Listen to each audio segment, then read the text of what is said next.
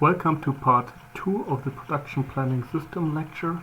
Now we will have a closer look at how to develop an actual production plan. The learning goals for today are: you can explain some basic production strategies for production planning, and you're able to the writing is not super precise here. The second learning goal should read: you're able to use one basic strategy to calculate production plans for make-to-stock environments, and this is the level strategy. The chase strategy is not good for, at least in idealized scenarios, to make plans for make-to-stock. So we only look at the level strategy to calculate production plans for make-to-stock environments. However, you will use two different strategies, chase and level strategy, to calculate production plans for make-to-order environments. Though, how does the planning environment look like?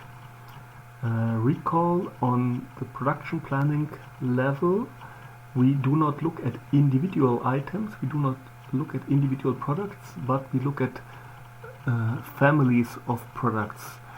So we are not looking at one specific make of a car, like Nissan X-Trail with fuel engine and four-wheel drive, but we are looking at a group of products, for example, all Nissan SUVs.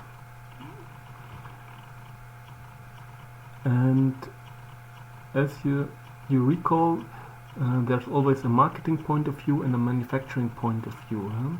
What are we able to produce? For example, if we are automotive manufacturer and we are doing research in developing our first electric vehicle, and then our marketing initiatives need to be aligned. We cannot spend our whole marketing budget on electric vehicles if 95% of our products are fuel or diesel vehicles. So there needs to be an alignment between marketing and production. Another way to do the grouping of products from the manufacturing perspective, not from the marketing perspective, but from the manufacturing perspective, is that we group products that require similar production processes and similar resources. Now let's have a look at one example of the Coca-Cola company. The Coca-Cola company has 500 sparkling and still brands and nearly 3,900 different beverage choices, and they also recently purchased Costa coffee. So they do not look on the individual type of Coca-Cola Zero, but they look at all soda drinks or all coffee drinks. This is the aggregated level of planning that they are doing here. The characteristics of the planning environment for the production plan: typically we have a time horizon of more than 1 year, and we have quarterly or monthly updates to this plan. We only look at a few different product families. Definitely we do not look at individual items.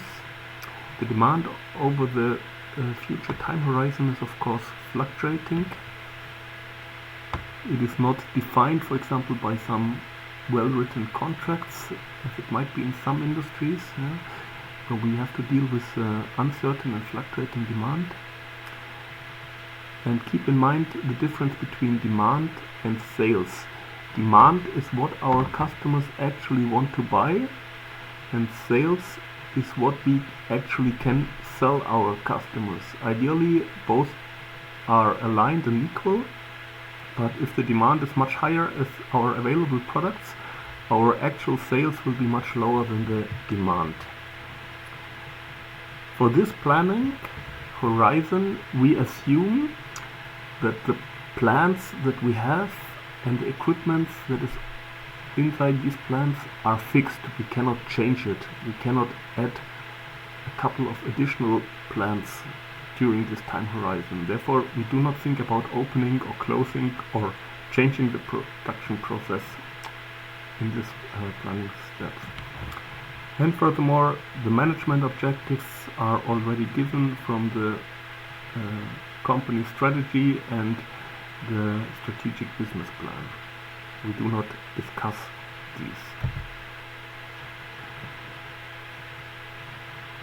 Yeah, this is the fluctuating demand over time. The x-axis represents the time horizon, maybe the next 12 months, and the demand in quantity of the products, not in financial terms, but in the quantity, is fluctuating over this time horizon.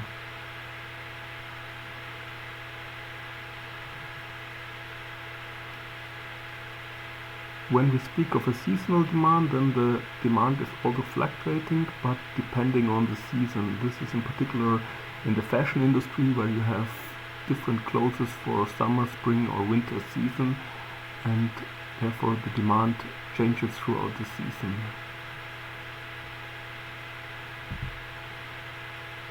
We will look at three basic planning strategies: the chase strategy, the production leveling and subcontracting. The chase strategy means that we always want to produce in each period, in a given month for example, what our customers demand.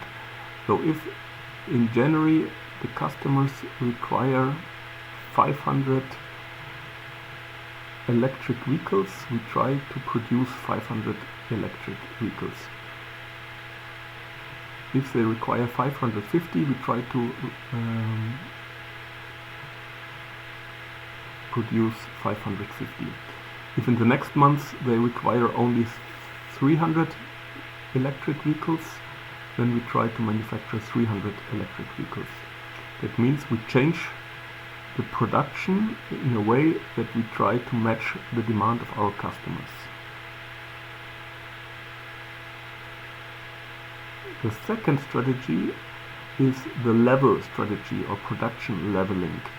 In this strategy we try to achieve almost constant production level.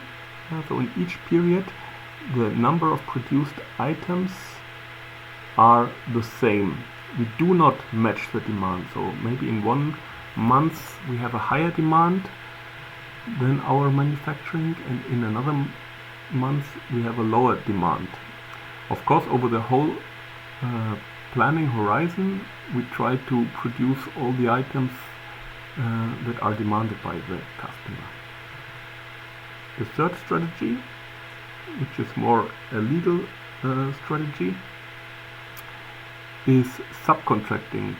That means we do not manufacture the product ourselves, but we buy them from a supplier. Of course, we also need to integrate the supplier in our planning, in particular when we have a more complicated product, like for example in the automotive industry. And then there's the fourth strategy, which is any combination of the three previously mentioned strategy, which is then called a hybrid strategy. So we will discuss the three basic strategies in their basic meaning, but keep in mind that in reality typically we have some kind of combination of these three basic strategies, and in reality we will often deal with a hybrid strategy.